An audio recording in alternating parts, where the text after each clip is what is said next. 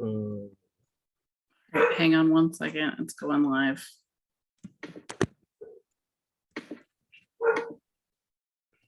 It takes a second on Facebook Live, sorry.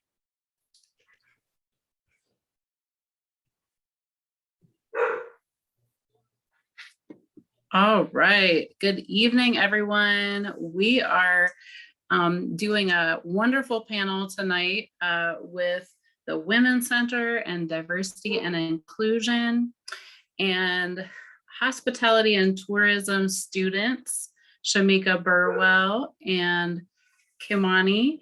They came up with the idea for this program. They planned it out, and Shamika will be moderating tonight. So whenever you're ready, Shamika, come on out. Good evening, everyone. I hope that you are doing well. I'm Shamika, as mentioned before. I'm Burwell, first generation freshman and non-traditional student at NCCU. I hope that everyone is doing great. But I am now about to go ahead and introduce our wonderful panel for tonight. Well, allow them actually to introduce themselves. And without further ado, I would love to introduce my partner, Kimani, who's also doing this assignment for me. Kimani, if you could come off mute and just introduce yourself. Hi, I'm Kimani Ramsey. I reside in San Antonio, Texas. I am a transfer student from St. Philip's College. So I'm happy to be with all of you, and thank you for participating and for your time. Thank you, Kimani. So we'll go ahead and move on to our panelists for them to go ahead and introduce themselves. If we could start with Ms. Easters. Hi, I'm Amber Esters, she, her pronouns. I'm the education coordinator at the Women's Center here at North Carolina Central University. Thank you, Ms. Esters. Appreciate your participation this evening. And our next speaker is Ms. Jennifer Williams. Good evening, everyone. My name is Ms. Jennifer Williams, she, they pronouns, and I serve as the Executive Director of the Women's Center at the illustrious North Carolina Central University. Thank you very much. And Mr. Eric Martin.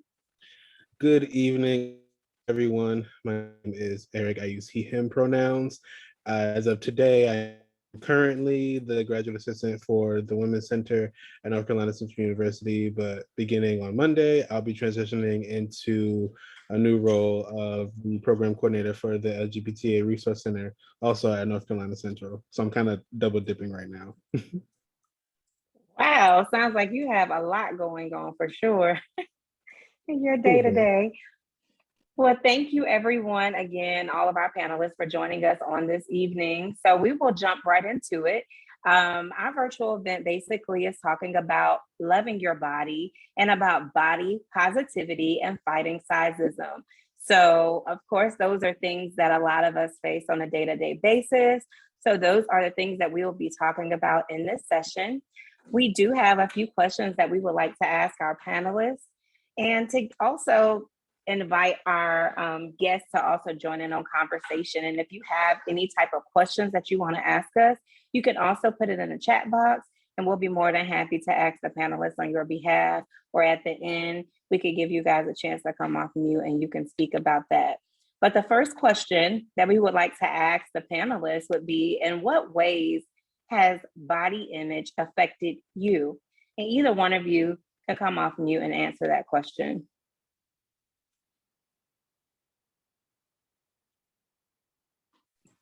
Okay, I'll start. Again, Jennifer Williams, she, they pronouns, Executive Director for the Women's Center at North Carolina Central.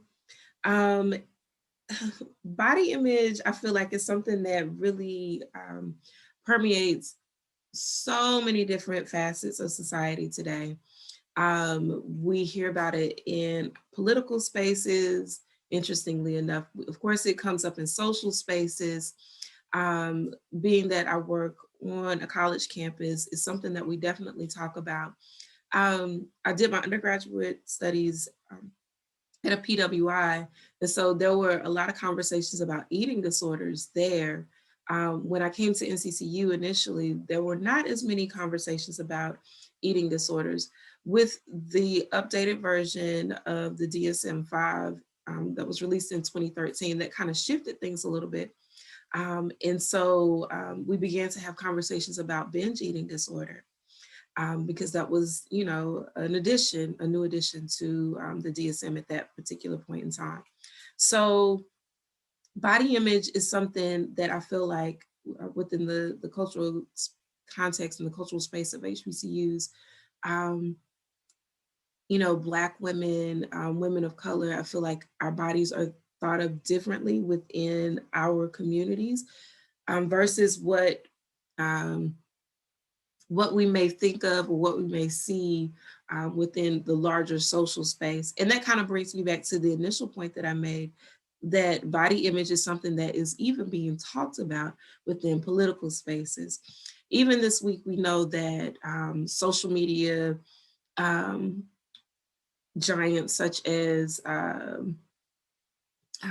Snapchat and YouTube, and there was another one. It wasn't, I don't think, it might have been Twitter. I don't remember exactly, but they were called to account for some of the questions that Facebook had to answer for in the wake of their whistleblower, really kind of just ripping the lid off of some things, saying, hey, not only does Facebook cause issues when it in terms of young women and young people, which I mean just people in general, I would argue, when it comes to body image and thoughts of like how they think of themselves and self-esteem and mental health.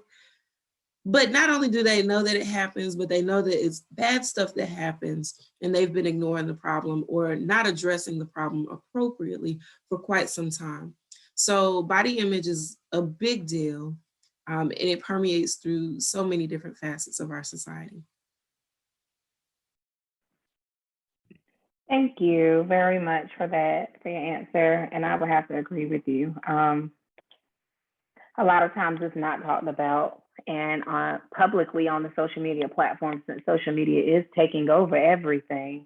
It's so easy to use people that you see often on social media as a guide as to what we should look like. And then in the African American community, as a woman, a lot of our base, or I should say our base guideline goes based off of other body structures, and it doesn't take into effect our true structure. So thank you for that. So the next question that we have is, which you kind of talked about, how has the media affected your body image in a negative way? What about friends or family that you have that this may have happened to, where the media has affected them in a negative way? I don't mind speaking to this one. And part of my response will be tied into the first question that was posed. So as a Black, Southern, femme-bodied and femme-presenting individual, I've been made aware of my body literally as long as I remember. As a child, I was taller than everybody in my family. I was taller than most of my peers. I was bigger in stature than most of my peers. I'm still the tallest woman in my family. And I've never been a small kid. I've never been small at any point of my life. I've always been heavier set. So I've been made aware of what that means socially. I would say closer to like middle school into high school. And that's, you know, typically when people are going through, changes in their bodies and just being that awkward stage and all those great things. So I was just that awkward, heavier set, tall individual with no type of hand-eye coordination. So like I couldn't play sports or anything. I can't even use my body for any actual sport or anything. But also being within a Southern Black family, my mom made me very aware of my body. My father made me very aware of my body. And then growing up in a social media world, being here during MySpace, the creation of Facebook, and then Instagram, unfortunately, especially within the last couple of years, the whole Instagram model body feature and always being compared to that type of body I don't have a butt. I don't have a butt. Nobody on my mom's side of the family has a butt. You know, unfortunately, my dad, I inherited most features from my father except a butt. It's very disrespectful. But again, tying that back into social media, you see this hourglass shape that I don't have. So for me, thankfully, I've grown to be a lot more confident and I work with what I got. However, it took a while to get to that point, and I had to lean into therapeutic services to get to that point, because social media is constantly throwing out what you should look like, what you should be doing. You know, now BBL culture is impacting specifically Black women the most. And there's a standard of beauty that I don't live up to. That's not what I look like. So in this space, it no longer negatively impacts me. However, I see how it impacts anybody from the students that I engage with to friends and other acquaintances, because again, there's a standard of beauty that a lot of us, we don't look like that. Even the people who look like that don't look like that. So I would say social media has played a large hand in a negative impact on people's overall emotional and mental health as it relates to their body image. Thank you for answering that question, Amber. The next question is, what goal or goals did you make for yourself to love your body more, and what steps did you take to achieve that goal or the goals that you set out for yourself?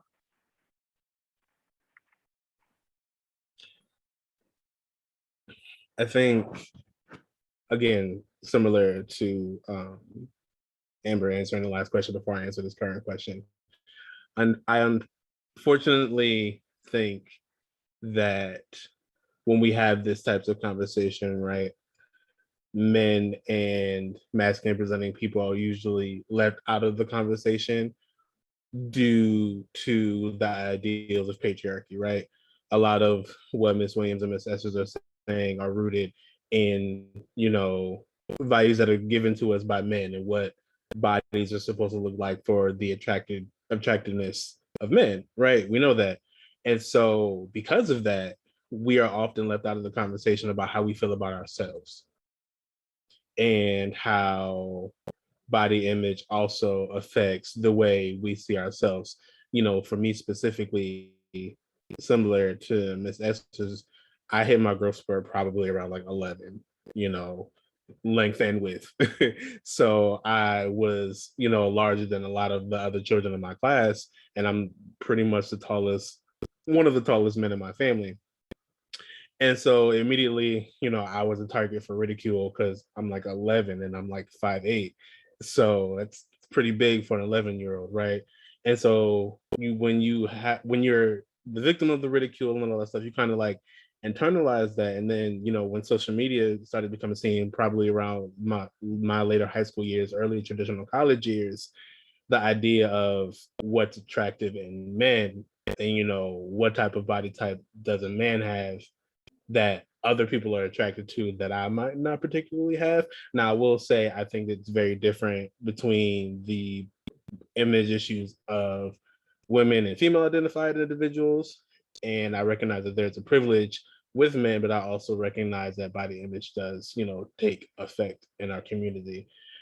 But to answer the question, one of the goals that I have is just, you're here. If you want to change it, but you don't have to change it. Validation is not based on the opinions of others, it's based on yourself. It's a struggle, I won't lie, but it's something that matters to me because I'm just like, you know what? This is my body. I have to live in it. I have to take it to work every day. I have to take it to school every day. It would be nice to be nice to it, you know, rather than being nice to it for the sole factor of getting attention. Because then it's like, well, you weren't really giving me attention when I didn't love myself. So now that I do love myself, why should I bother? So, it's walking that line of self-confidence and understanding that I'm not alone. And I appreciate platforms like this to have the conversation specifically for men and mask identified folks, because we don't have it with each other. We don't have it with other women. Like, we just kind of internalize it because of, again, patriarchy. A lot of it is internal. So a lot of us are suffering in silence and struggling with eating disorders, struggling with body image issues, and it's really unfortunate. That is unfortunate. Well, I'm glad that we're here tonight so that we can discuss it and that you, Mr. Martin, joined us so that we could talk about it from the male perspective, because that is definitely a perspective that we don't hear often. So thank you. And thank you for your input for that question. Can I add a little something to that? Of question? course. As sure. Mr. Martin was talking and mentioning the patriarchy, another thing that I thought about is since grad school, I really give a lot of credit to a lot of my growth with my experience in grad school. And my background is in women's and gender studies. So we had a lot of conversation about dismantling various systems because of everything being rooted in white supremacy. So the way in which I look at myself now, I'm actively trying to dismantle that in my own mind, because it's just so deeply, embedded in how I view what a attractive body is supposed to look like. And I think back to how, what was her name? Sarah Botman, and how Black femme bodies again were viewed, and trying to humanize myself and other Black femmes around me. And again, dismantling that point of white supremacy and racism and how I view what beauty standards even are. Because again, when we're talking about beauty standards, it's rooted in white supremacy. So I just wanted to add that into. I'd like to add one other point. I was clapping my hand. I was really trying to raise my hand, but I figured it out. I hit the wrong button. It's cool. But I just want to add to what Mr. Martin and what Ms. Esther's mentioned. Recently, I was introduced to the concept of body neutrality. And to me, that was revolutionary because it was just like, okay, I don't absolutely love my body because in my head, and this is what it meant for me, because in my head, there's still these ideals of, oh, I should weigh this much, my BMI should be here, my thighs should be shaped in this particular way, my breast, whatever, you know what I'm saying? Like my body should be shaped in this particular way in order for me to be deemed attractive. And so I'm still working through all of that. However, at the same time, what I can do is appreciate my body for allowing me to do what it is that I do on the day-to-day. So, even if our abilities are different, I'm still able to, this body allows me to communicate with other people. This body allows for me to go to work every day and do work that I enjoy. This body allows for me to express myself in ways that are important to me, and appreciating your body for what it does too. And so from a mental health perspective, if we're talking about, really like, oh my God, I don't have the body I want. So, life sucks. No, let's talk about some gratitude. What I am able to do, what I am able to accomplish. And so although, my body may not, be, exactly what certain media outlets would have me believe, or certain what other people think is deemed worthy or acceptable or beautiful, my body allows me to get done what I need for it to get done. And so that I'm grateful for. Thank you. So the next question is, what helps you to deal with stress in a positive and healthy way? I know you just talked, Ms. Williams, about affirmations, which I know for me personally, that helps me out a lot. But what are some other things that one can do to deal with stress in a positive and healthy way?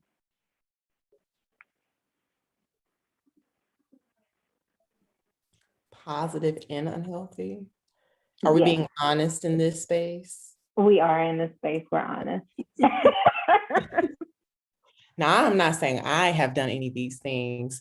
However, abusing or misusing substances to cope with stress has been a way in which people might cope with things related to their bodies. You know, if you numb it out, you won't think about it. So whether that is, you know, smoking weed or, you know, drinking excessively, or, you know, things that might start to lean into eating disorders. And Ms. Williams, you had mentioned eating disorders for the first question, and it makes me think a lot about how there's not enough research relating to, again, Black women or Black femmes and eating disorders. Culturally speaking, you know, the way we go about eating and binge eating, we don't call it by its name, you know what I'm saying? So, but that's the thing too. I know that from my own family. I would say, because they're not in here, I could talk about them, but a lot of my family, we have unhealthy relationships with food. We have very unhealthy relationships with food. So eating or withholding food from our bodies, that could be unhealthy ways of coping. Ways that I'm growing to be a little bit more healthier with my overall relationship with my body is resting when I need to. And again, like Ms. Williams just stated, you know, giving thanks, like sharing gratitude, because like I said in the chat, we've experienced a lot within the past 2 years due to COVID.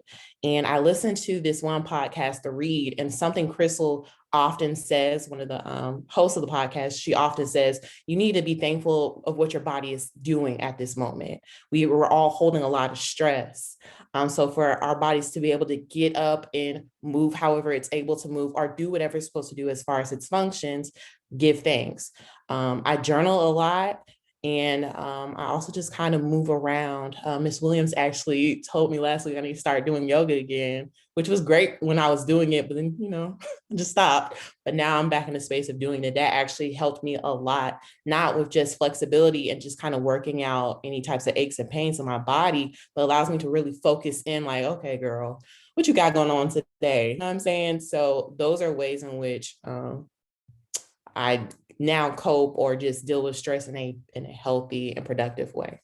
And I shop. Walking around is cardio, shopping is cardio. So nobody can tell me different. Thank you.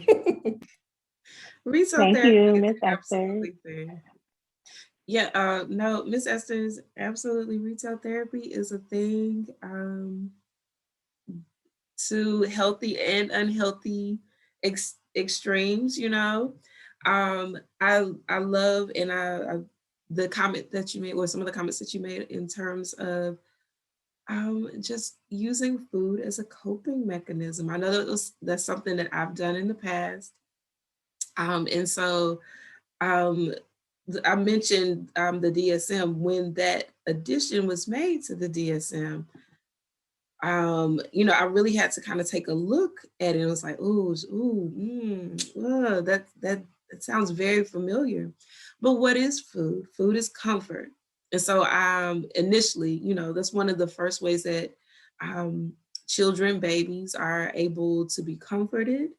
What does that mean? That's, you know, close time with a provider. Typically, you know, we think of that person as a mother, or you know, the person that gave birth to them, like very close, intimate time, protection, and that kind of thing. So there's certain things that we sometimes associate with food, and it's not necessarily, you know, always like what it's supposed to be. Food is to nourish the body. It's not necessarily to you know, it can go to the extremes. I heard a speaker talk once about women padding their bodies, like putting on weight, is a sense of protection. So to me, that was really interesting to hear, like, okay, and then to connect those dots, to make that correlation. Oh, okay, food, when you're a child, like a baby, and being fed, being, you know, comforted and protected, and then continuing to comfort and protect yourself with food. And so what are you protecting yourself from? That could be a lot of different things. But for me, it turns into, okay, well, what are other healthy ways of coping? It doesn't always have to be food. And then also, if there is trauma, they're addressing the trauma as well. So Miss Esther's mentioned yoga. I love yoga and mindfulness. Different types of meditation are good for me. And for me, like really what it does is it just helps to quiet the mind, to really get at the root of, okay, what's wrong?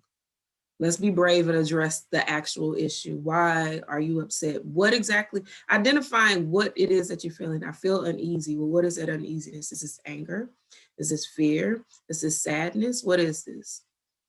What is sometimes happiness, like, ooh, is celebration. Let's go eat something good, So there's that too. Also, Thank you, Miss Williams. if I can jump in really, really quickly about the Sure. relationship to food, because Miss Estes and Ms. Williams brought up really good points. Speaking from the Black lens, right? Food is very cultural. Like a lot of our holidays, our social gatherings, birthdays, Thanksgiving, just Sunday in general is a very big day for food. And so we in general have very varying relationships with food, whether it's a positive or a negative thing. And then with that, you have to deal with your own specific family and their relationship with food, which then in turn results in how you feel about your body. Because there have been times where me personally, it's just like, oh, well, we're eating, so I'm gonna eat, and then I'll get shamed for eating too much. Or there have been times where I'm not eating enough because I'm stressed and self-conscious about the ways that I eat in front of other people. And so now when I'm stressed, I don't eat, So there are very interesting and perplexing ways that we develop relationships with food based off culture. And I think that's also a part of the conversation and the interpersonal relationships that we have with our culture, as well as our relationship with food, which bleed down to our body image. So I just wanted to make note of that. Thank you. That's a really great point too, as it relates to the tradition, especially on Sundays. I can definitely identify with that in my family, and then the tradition of the holidays. And it's hard sometimes to set those parameters and boundaries. I know for myself, because for so many years, it's always been set to, well, okay, it's about to be Thanksgiving, so you're just gonna go in like all that food, all the desserts, and then after that, you're shaming yourself because you should not have done it from the beginning. However, it's just like, how do you say no to all that? And Gwendolyn made a good point in the chat. She said that, Ms. Williams, referring back to your point, that was a good point. She said that Roxanne Gay talks about the concept of binge eating as a response to her rape in her childhood. So thank you for that comment, Gwendolyn. But yeah, a lot of people use food to cope with so many different things that they go through in life, and you just never know what people are going through. So I think we just need to be mindful too about that whenever people in our own family are chastising other people for their eating habits or the things that they deal with. So the next section of the questions, I'm going to popcorn it over to my co-host here, Kimani. Hi. This is going great, by the way. I'm so happy that y'all brought up yoga. I try to do yoga and meditate, but for whatever reason, my mind just never stops. And I'm sitting there like, breathe. But I'm going to go back to it. I'm going to attempt again because it seems like it works. But for the next question, it is, how has your weight positively and or negatively affected the medical care / treatment you receive? Do you want us to go there? Because we can. I want you to go there. Take us there, Martin, go. So I dread the doctor. Dread when because I'm not originally from North Carolina. I'm actually from up north, from Connecticut specifically, and that's where I spent most of my life.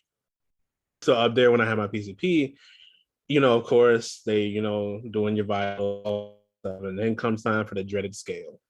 And so you get on the scale. At the time, it wasn't the electric one, so they had to like tick the thing, and so they take it, and then they take it again, And then they tick it again. And you're, first of all, you're embarrassed because you're just like, this doctor is judging me. Right. Mhm. You're like, okay, what's next? So you get your physical, and then the first thing out of the doctor's mouth is, have you considered losing weight? And you're just like, that's not why I'm here. I'm Mhm. here either for a checkup or for something specific that is wrong. And then my weight is then attributed to whatever may be wrong. Whereas there's no correlation that those two things exist if you're otherwise telling me I'm pretty healthy. So then why is the weight then the precedent for the checkup visit? And I think it becomes discouraging from seeking medical attention because now the visit is about my weight. Now the visit makes me self-conscious. Now the visit is making me feel like you can't help me because all you see is a larger body. And you want to talk about BMI, which is also rooted in racism. You want to talk about, the precautions as I get older, which is also racist. So there's so many layers to you essentially shaming my body instead of giving me the appropriate medical attention. And I'm Black. So now there's other things, and most of my doctors in my life have been white. So now there's a racial component into it. And it's just like, I just want help. And you're not helping me the way that I need to be helped. And if I can, I have very strong feels about medical providers in general, because oftentimes I've experienced that they do not know how to accurately or just in general know how to deal with different types of bodies. People who don't fall within certain dominant groups often get mistreated or overlooked when they go to medical providers. So similar to some of the examples Mr. Martin was sharing, I remember specifically going to a gynecologist and I was having issues with some of my reproductive organs, nothing to do with my weight, had nothing to do with my weight. But the first comment she made was about my weight. And similar to what Mr. Martin said, that conversation then just continued on about my weight and not about my cervix, which is why I'm here right now. And I remember having just back-to-back just issues with this particular provider. And the other unfortunate thing, again, just dealing with different types of bodies. So I think a lot about when I did case management for the LGBTQ Center of Durham and going to different visits with my queer identifying clients, whether you're misgendering somebody or you're not asking the best type of health related questions to understand someone's risk as it relates to their sexual health, you're not asking somebody who identifies as a lesbian, well, what other factors might contribute to your sexual health? You don't know how to deal with different types of bodies. There's a lack of cultural competency in general. So I personally, I don't like going to doctors. I do because I like staying on top of my health. But it's very hard being a different type of body and seeking competent assistance with your overall health. Again, if you're queer identifying, if you're Black, if you are not skinny, there's a lot of different factors that are being thrown at you within your own doctor's appointment, which is unfair. And it makes people shy away from staying on top of their health because there's such a focus on their othered identity. I don't even know if I answered the question, but I just feel very strongly about medical providers and how they go about dealing with othered bodies. Yeah, and I'd like to kind of jump in on that. I think that with some of the conversations that we are having about, healthcare reform, not just in how people are able to access healthcare, we're also, as Ms. Esther's kind of alluded to, we're also beginning to have more and broader conversations about what people's experiences are like when they do seek help. And so, I'm not able to necessarily speak to, what it is to be just naturally thin. But I do know, and I have had conversations with people who, it's just kind of like their it's genetically, like that's just who they are. They're very thin. And so sometimes they have a problem gaining weight.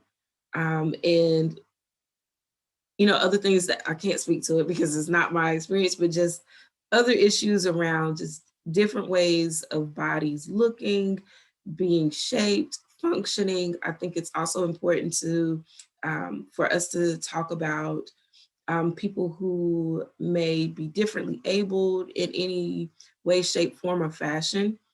And so I'm a person whose disability comes and goes whenever it feels like it.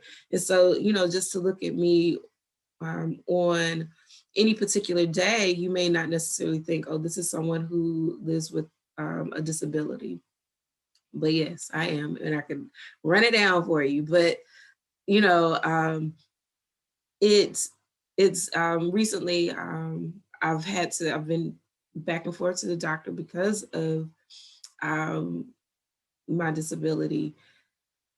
And, it's been really interesting the way that I've been treated. I've had, and I'm not sure if I do feel like part of this has to do with the way my body is built. Maybe not always necessarily like the size of my body, but just the way my body is built. And then, the intersection of me being Black, cis femme, and, all that kind of stuff. And so, I've had to be very upfront and very clear with my providers. Like, I'm not here for pain meds. That's not something I'm interested in. I personally I don't like the way that narcotics make me feel. I would rather just have ibuprofen, and had to ask in the visit several times over, can you make sure you write this script? This is something that's important. I'm in pain. This is how I would like to manage my pain. And so when I walk into those spaces, unless the provider has asked me, especially if it's someone new, because recently I've been dealing with like a lot of new people. They don't know who I am, what I do for a living. They may look at me and make all types of assumptions, whatever those may be, about, why I'm there. So, that is, but I feel like it's important to also speak about ability, and then also folks, if we're talking about body acceptance, body positivity, all types of bodies. People have all types of different feelings about their bodies. And so I think it's important to bring up those perspectives as well.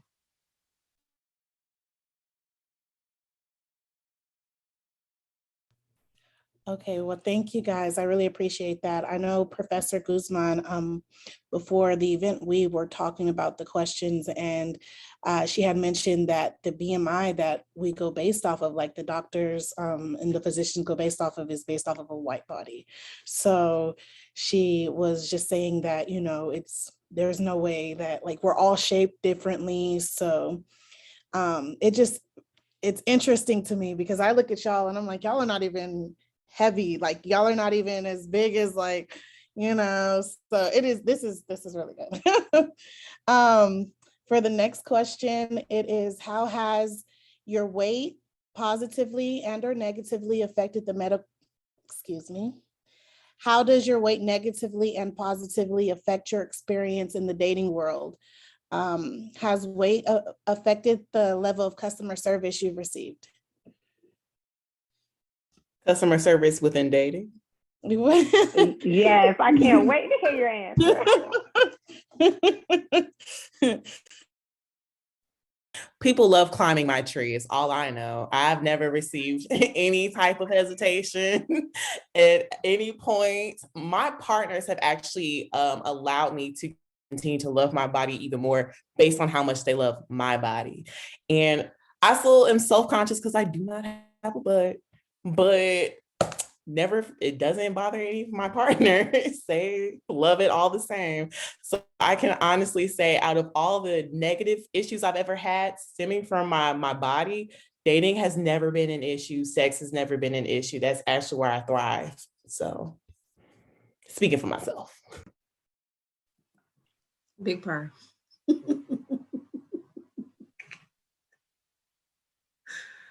Okay, so for me, I don't remember the entire question, but I will speak about dating. Um, so my weight has fluctuated over the years. Um, I remember being when I went to undergrad, Mr. Martin talked a little bit about, being under stress and not eating. I went to a very small private high school. Like my graduating class was 29. There were 79 people total in my high school at that point. And so I left my private Christian high school and went to a much larger university. I think at that particular point in time, it was about 23,000 people. And my high school was, predominantly Black folks. I think there was one white girl in my class. And then, of course, I went to East Carolina. So, it was really like, oh, to find other people like me who had similar experiences. Where are they playing spades and where's the gospel choir? And that's how I found my tribe. But I was very nervous going in, and I stopped eating. I lost like 40 pounds my freshman year because I stopped eating. I was afraid to go into the calf. It was like, I didn't realize it at that point, but like anxiety was on 10. I was afraid that I would trip and fall. That was my big fear. So I stopped eating because I was afraid that I would fall in front of people. So for about like the first 2 weeks of classes, like I ate the popcorn and ramen and peanuts that I brought with me from Target or whatever else I had in there. But I distinctly remember being on the bus, going somewhere on campus, and there was a person who did not even attend the institution who got on the bus. He was promoting like his rap CD, this is how long ago it was, and was like, there was another girl sitting across the way from me on the bus, and he was like, see, this is the type of female, I'm pretty sure he said female because I got all types of feelings about that word, but this is the type of female that I would have on the cover of my album. You're on a bus that you don't belong on promoting your bootleg CD. But this is the type of female that I would have on my album cover. Yeah, this is what I like. No, you couldn't be. But he said that to me. I didn't know this man from a hole in the wall. It sent me. And it sent me, like I went off on him. This is a very long time ago, but I still very distinctly remember like my neck itching because I was so angry. How dare you talk to me like that? He didn't realize like what, so that was an actual example of being triggered because I lost it. Like it messed up my whole day. And some years later, like I still remember it very vividly how I felt. So he was tapping into a couple of different things, different ways and different times that I've been told that I was unattractive, nobody would want me, and I wouldn't be dated, that type of stuff. When I was 4, some little boy told me that I was too dark. And that was still something that I was carrying with me even that day. You understand what I'm saying? So like, but again, we were like in preschool when this child told me this. So we get these messages very early on, and we like, there's no question about what they are, what the beauty standards are. And they, they're perpetuated throughout society, throughout all types of, we talked about TV, radio. What is desirable? What do you want? Like, what type of partner do you want to have? And so that ultimately would show up in the way that I engaged with folks within a romantic context. And so it took a lot of like unpacking about that. Some of the stuff I was able to, just by spending time with certain types of people, different types of people, having certain types of conversations, I was able to unpack that and have a better understanding and, walk away appreciating my own beauty in a different way. But then there were other things that I had to address in therapy because that stuff was rooted in other things, So I know a lot of us have talked about it. And I just want to be very upfront and very honest about this stuff. If these are issues that you continue to deal with, and it's something that's especially deep-seated, go talk to somebody. We are all advocates for therapy. mental health care. Do what you need to do in order to get what you need to get. And I think for me, this is what I mean when I say we're not having these conversations involving men and masked folk, right? Because you would think that because the world bends to the will of men, that we don't need to have this conversation, right? But for me, it's been a struggle dating and dealing with the ideals of body positivity, right? Like all of my romantic partners up until the most recent one have been smaller than I am. And always, it's the, so we're going to have the conversation. I know you see it because I see it, right? Are we going to have the conversation so that when intimacy takes the next step and sex is involved, I'm going to see you, you're going to see me. Do we have this conversation now or later?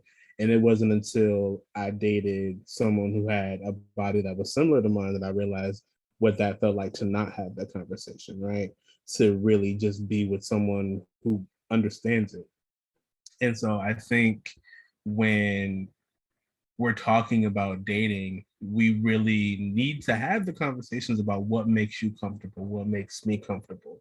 You know, what are your boundaries? You know, beyond the physical, right? Because like Ms. Williams said, we're all advocates for mental health. We're also advocates for safe and healthy communication during sex and consent and where have you. So yes, absolutely, positively have those conversations and also have the conversations about what makes you feel comfortable, because it can be very stressing and taxing to be in a position where you're trying to court someone and the people they've dated look nothing like you. The people they're interested in look nothing like you. The people they like on social media look nothing like you. But here they are in your face. Oh, you're so attractive. You're so this, you're so that. I really want to be with you. But there's no evidence that says that you're attracted or have been with or like people who look like me, specifically men and mask presenting folks. So I think it quietly takes a toll on us. And then my last point being the idea of like the dad bod, right? So at least in my peer group, the conversation about dad bods and, you know, larger men or huskier men coming quote fingers back in style, but then that's still a specific type of body. You know, it's still the muscular, the flat stomach type of thing. And so for a lot of us, it's like, I still don't look like that. We've moved from, you know, chiseled abs and biceps and neck muscles, but I still don't look like the ideal. So how do I go about finding companionship? And I think it quietly eats at a lot of men. And because of the patriarchy, we don't have the space to talk about it and comfortably talk about it, which is why a lot of us, or the three of us, are such advocates for mental health, because at the very least you can talk to your therapist about it. Thank you, Mr. Martin. Those uncomfortable conversations are very important. And I think that goes back to what Mrs. Martin says, well, you know, having a therapist, you know, seeking therapy so that you can find that within yourself, or whenever you start seeking out companionship or whatever. And I'm so proud of you for standing up and speaking up for yourself, Ms. Martin, on that bus, because I will shut down. I will completely shut down. So it was really good to hear that you like stood up for yourself. And Ms. Esther, I love the confidence you have in yourself. You say you have a flat back, but you know, it don't change the way people look at you. I see you have your hand up, Ms. Williams.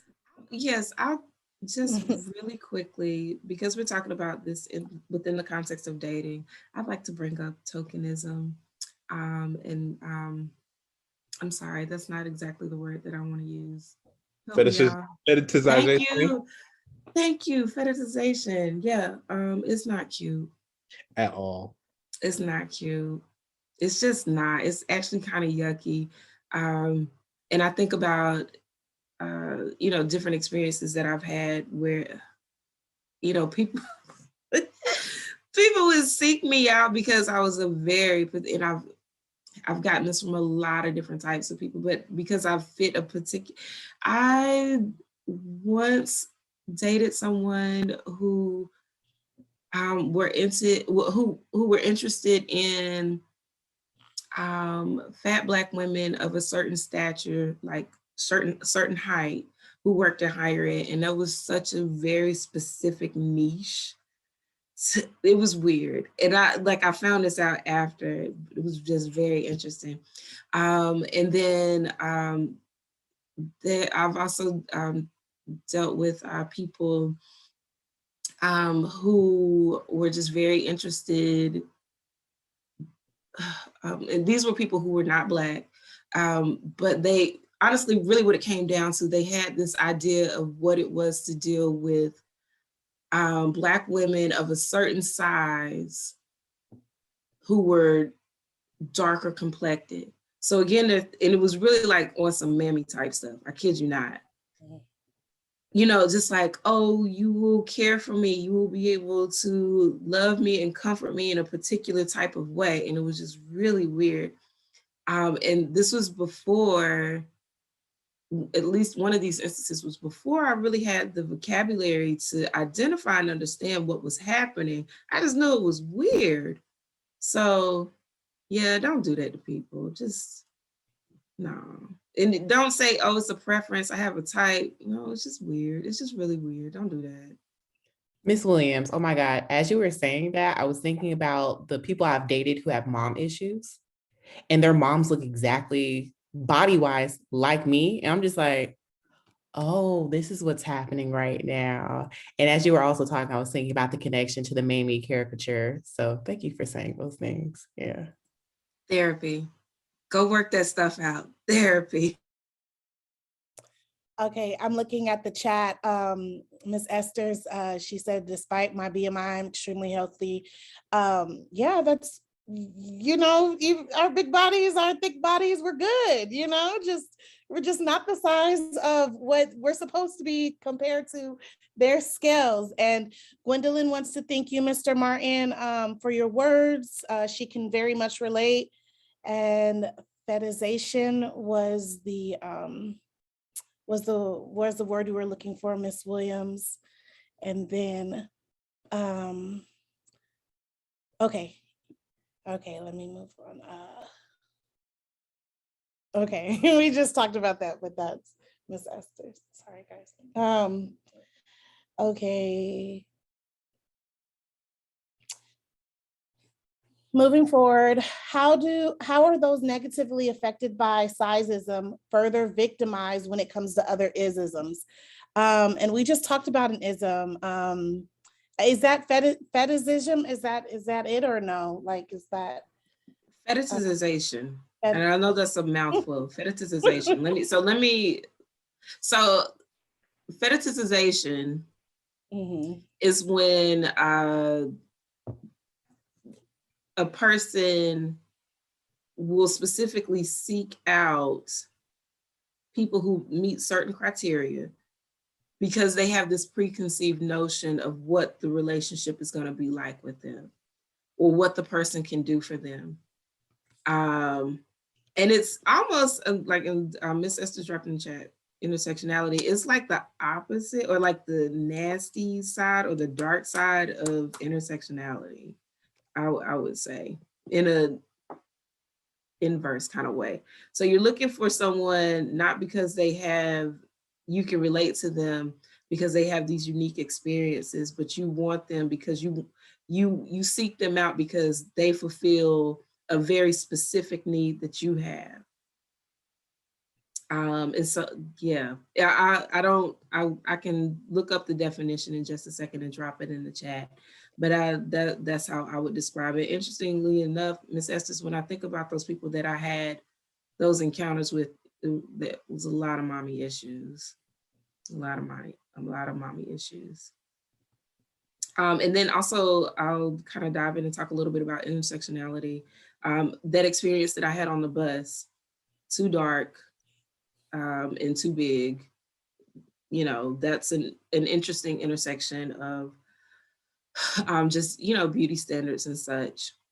One of the things that I actually appreciate about social media is, although, you know, there's certain people that are, you know, kind of being thrust upon us, like, this is who you should emulate and this is who you should want to be like.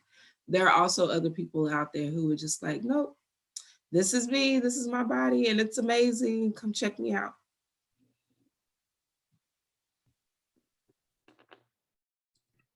Did And if any, I could just add some of what I was speaking on in the chat, when I was reading through these questions, I immediately thought about intersectionality.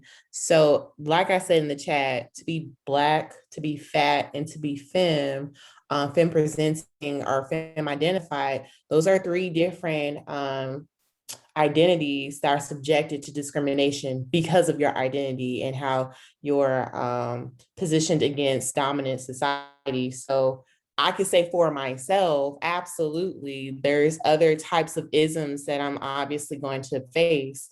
So as a Black individual, the racism, the colorism, the texturism, featureism, all those different things, tying it right back to standards of beauty and how those standards of beauty are inherently racist. So I don't have a small nose. I don't have small lips. And we were just talking about our lips in the office earlier this week, or was it last week? All the days are the same at this point. But we don't have these very specific and distinct features that fall within what is considered, beautiful. Even though we're seeing by social media how those standards of beauty are starting to change. At first, Black features weren't, considered beautiful. But now it's like, oh, big lips, give me some of that. Big hips, me too, girl. Oh, big ass, I want some too. So it's just interesting to see that shift now. But unfortunately, if you are Black or brown individual, the isms that we're subjected to look very different from a white person. So I'm glad that y'all also mentioned the models, Ashley Graham. And I'm not familiar with the other model, but when I just think about Black plus size models and white plus size models, most of the time, first of all, none of them are actually plus size. Like I don't know how an 8 and a 10 is considered plus size. I don't understand. Haven't seen those sizes in years. Don't know nothing about it. But Ashley Graham has been, placed on this beauty pedestal for such a long time. Like she's always being described as beautiful, which she is. But then comparing that to a Black body who's also occupying some sort of fatness, it's not glorified the same. And then there's also something to be said about Fashion Nova. Fashion Nova supposedly caters to fuller bodies, but only if you have a heavier chest, a small waist, and again, a larger, butt. So it's still not being inclusive to all forms of larger bodies. So again, that's back to that featureism, that's back to all these different things. So to me, intersectionality plays a key role in all these different things. And yes, we are discriminated against, absolutely. And I'd like to add, on the flip side of that coin, yes, everything Ms. Estes and Ms. Williams have mentioned, and then just apply it to the Black mask presenting, because when you are as large as I am, both length and width, you are always the threat in any capacity, in any community, amongst any individual. And that is exhausting, but I also recognize that that's not my doing. And so carrying that around all the time, because I have to carry myself around, is exhausting. And having to always be the gentle giant, because I don't get angry often, but when I do, I've been told that I scare people because of my stature. I have to be aware of my presence at all times. I have to be aware that if I'm on a dark street, and because I've done this before, part of that is just privilege and safety, but I have to be aware that if I'm on a dark street, with a woman who may be walking ahead of me, I'll either cross the street or walk faster and walk ahead of her, just to let it be known that I'm not a threat. And a lot of that, again, is the patriarchy, and that goes into rape culture. So I don't mind, doing my part in that aspect of it. But when it at the root of it is, racism, which applies to intersectionality of me being a Black man, or just having to be extra nice to white people. I work customer service before my current role in retail. So just having to be extra nice because I need to be able to protect myself.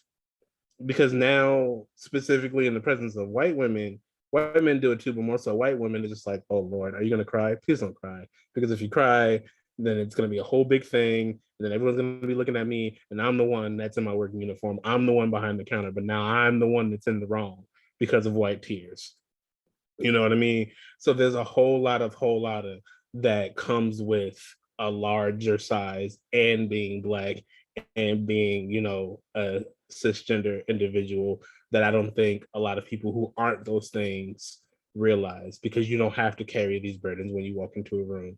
You don't have to watch everyone look up at you, quite literally, but look up at you and worry because they think, what kind of big Black man are you?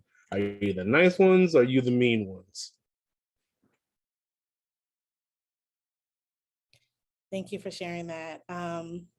Miss Esther, she said that goes back to Brute, which you mentioned earlier, Mr. Martin, and she said Black masculine folks with larger bodies are dehumanized and considered threatening or animalistic, again, rooted in white supremacy and racism, which the father of my child, he's 6'5", and he's like 350 pounds, and every time like he talks to our baby, like if we're together or something and we're at a park and he's talking to her, everyone's like, oh my goodness, and that's just his voice. And even me, I'll take advantage of it and I'll be like, you're yelling at me. He's like, I'm not yelling, this is how I talk. So I think we pretty much covered we went into my last question, which was how is current media helping to stop the perpetuation of sizeism in society? So I don't know if y'all want to add anything else, but good. I think what's interesting about this conversation is that we're coming from our specific lenses as larger bodied individuals. And it's interesting because I, again, looked through all the questions and I believe y'all meant coil array within question number 8. And Yeah. Granted, I can't really resonate or connect with some of her own conversations about her body, but I did see, you know, a lot on social media, how she was being constantly ridiculed about her very, very small frame. And I think a lot about how very thin individuals, like Ms. Williams said, people who I can't help my size, this is my size. And how they're always like, oh girl, you need to go eat you need to go eat, child. You like put some weight on your bones and all that extra stuff. And I'm sure she's battled a lot with body shaming because she has such a petite frame, and on top of, you know, being shamed for her music and all the other antics that she carries on with. But specifically her body, I'm very interested in hearing from a naturally thin individual who maybe gets, I don't know that they get discriminated against, however, to be made fun of or, you know, ridiculed because of their very small frame. If I could add to that point, Ms. Estes, I hear you. So my discernment is not towards you or your point. It's really towards the idea of having these conversations with thinner people who aren't aware of their oppressions as well as their privileges, right? Because the conversations that I've had with thin-bodied people is, oh, I also get shamed for my body. And I'm like, yes, and also societally, your body is deemed attractive and acceptable. So yes, oppression acknowledged, and also acknowledge your privilege. Because the same way that my body is not accepted because of my largeness and my Blackness, I still have male privilege. And then you and Miss Williams are bringing in the lens of being larger Black women. So there's so many layers to this conversation that I think everyone has a form of oppression, but we have to acknowledge the privileges that we have. You know, yes, I talk a lot about being discriminated against my size, but also I can bring my large size and command a room the same way that Black women can't. And so I can use that to my advantage. So I think to that point, people need to be aware and read the room of the conversation that they're having. Wait, one more small thing. As you were talking about that, Mr. Martin, that reminds me, I don't know if y'all remember the documentary Dark Girls and then Light Girls, which was a response to Dark Girls. And the light girls is just, lighter skinned women and femme folk who are saying, I was discriminated against for, being light skinned and I was made fun of and all those other things. And similar to what Mr. Martin was saying, that's not invalidating any type of trauma you might have experienced. And also, let's speak to how you're still considered, socially acceptable because you fall closer to what social norms and what's considered beautiful is. Versus on the flip side of that, a dark person, a dark-skinned individual or femme-bodied person specifically, we don't have access to the same type of anything because of our skin tone. So it's very interesting that you brought that up. So again, I can't speak to Coyle Ray or anybody else with a thinner frame that I've never experienced that day in my life. But it's just, I'm interested in hearing from their point of view.